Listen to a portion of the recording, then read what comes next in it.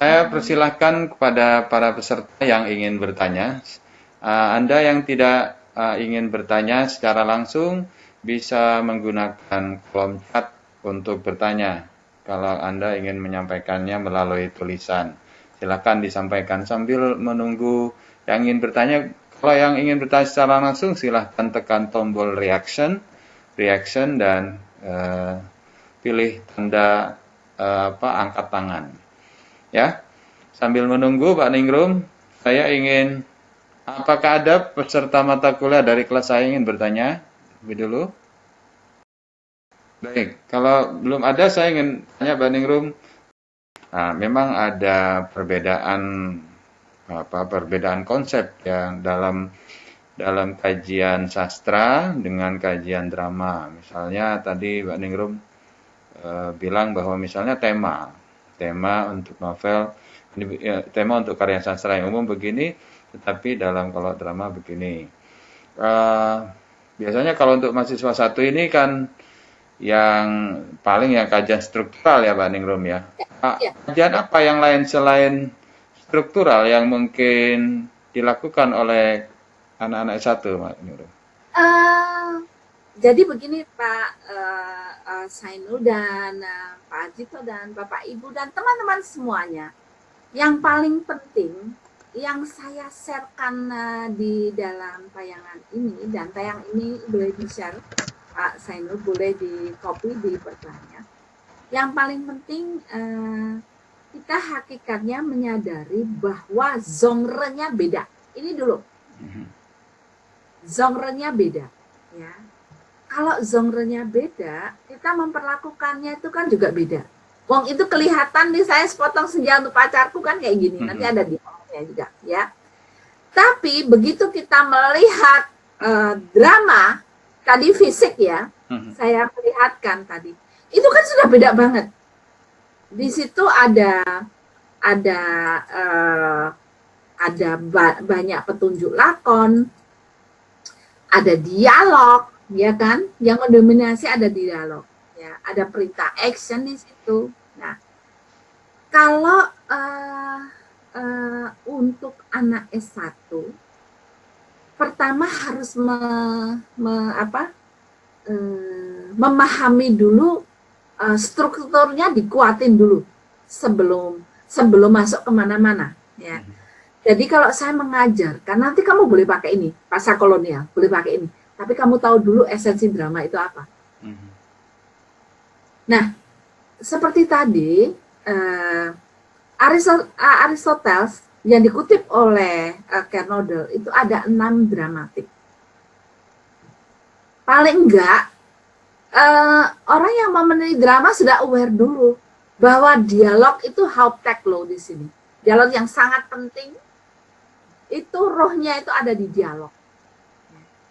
Tapi tidak boleh mengabaikan teks samping. Tidak boleh mengabaikan. Itu dulu dipegang.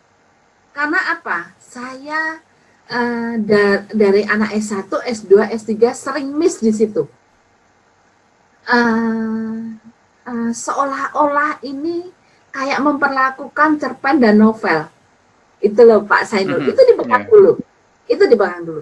Kemudian, kalau untuk teman-teman S1, itu yang paling mudah untuk menganalisis satu, selain basicnya itu pasti basicnya dari itu tadi.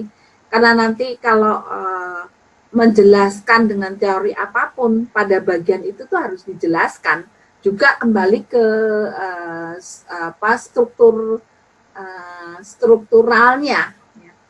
Itu yang memungkinkan itu sosiologi sastra, ya, sosiologi sastra, semiotika, ya, sosiologi sastra, semiotika, apalagi ya,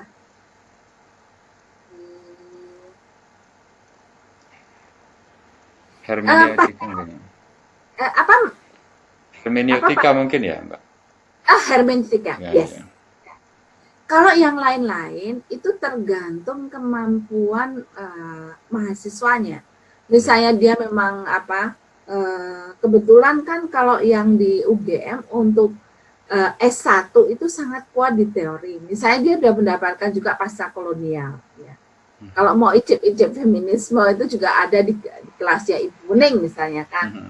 Kami sudah dihapus gitu ya. Itu bisa pakai itu juga. Tapi sekali lagi, ketika kita sudah sampai menganalisis contoh ya,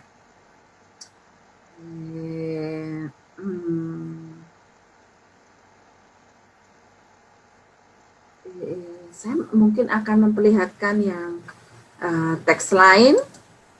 Saya kirimnya teksnya Rendra ya Mas ya kemarin ya. Iya. Orang-orang kalah itu ya? Bukan. Rendra orang kalah itu tulisan saya. Oh ya. Yaitu yang perjuangan suku Naga. Oh belum. Sudah Pak, sudah di lewat WA. Oh ya, naskah perjuangan ini ya? Ya. Kisah perjuangan suku Naga. Oh iya. Ya. Ini menarik sekali. Misalnya ada dalangnya gini. Nih.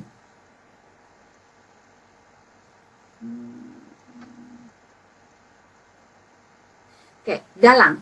Selamat malam para hadirin semuanya.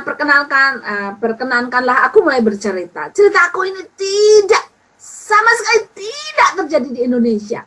Jadi jangan terlalu tegang menyensor jalannya cerita. Nah, kalau ini sudah mulai ini Pak Sandro, kalau kita mulai pakai teori sosiologi sastra, ini sangat berarti. Ini ditulis kapan? Karena ini bukan ditulis tahun ini, tapi ini tahun 80-an ya, tahun 80-an. Ini pada saat itu nggak boleh kritik Soeharto, bukan? Ini bercerita tentang perambahan hutan, perusakan hutan. Nah, kalau teman-teman yang S1 pingin ini bercerita tentang apa toh? Ini harus lihat, kalau saya harus lihat sumber berita pada tahun 80-an. Kalau mahasiswa saya mau menganalisis ini dengan sosiologi sastra. Gitu ya. Atau sosiologi pengarang itu juga bisa. Atau produksi karya sastra pada itu juga bisa. Ini nggak main-main, ini karena apa? Ini beberapa kali ini karya ini tuh dilarang pentas Pak Seno. Di beberapa tempat. Jadi ini sangat menarik. Ya. Tapi dulu aku maaf sebesar-besarnya karena sindiran-sindiran disengaja maupun seakan-akan tidak disengaja. Itu kurang ajar banget. Karena apa? Kalau ada pementasan drama Rendra Riantiano tahun 80-an ya, kalau penontonnya 500, itu 50 tuh intel. Dan polisi dan siap sewaktu-waktu membubarkan acara itu. Jadi polisi itu bisa naik panggung dan stop, bubar. Ya. Atas nama hukum. Dan itu bisa bubar. Jadi ini tahu betul, ini penontonnya diantaranya itu intel. Jadi kalau itu pakai sosiologi sastra misalnya Pak Saino, dan ini harus dijelaskan ini apa, kok ada dalang. Fungsinya apa? Itu dalam teori drama itu ada. Tukang cerita atau troubadour itu membawakan sebuah cerita. Itu sejak ada di zaman Yunani. Kadang kalau karya-karya Rendra ini tidak banyak ada teks sampingnya, tapi teks sampingnya itu ya, teks sampingnya itu ada pada kadang-kadang ada pada dalang atau pada core. Ini menarik sekali, ya, menarik sekali. Ini ada yang datang Ibu Isti ya, dari UNY ya. Ibu Isti ini doktor drama. sekali, yang luar biasa. Oke, eh, saya kira itu Pak Zainul. Jadi ini menarik sekali. Kalau misalnya disertasinya Ibu Isti misalnya itu ya, eh, bagaimana Riantarno itu menyadur karya Brecht dari Jerman yang luar biasa. Nah, ini ada nggak cuman sekedar menyadur. Nah, itu nyambung nih apa yang terjadi di Indonesia pada saat itu, pada saat menyadur itu artinya menuliskan karya baru, ya, karya karya saduran di dalam drama itu sama dengan karya yang baru. Saya kira itu untuk S1 saya kira udah luar biasa, Pak Sana. Kalau mahasiswa saya itu memakai pasca kolonial itu ya karena sudah di ini apa, sudah di kompori sama dosen-dosennya dan sebelumnya sudah mendapatkan mata kuliah yang cukup kuat untuk teori itu.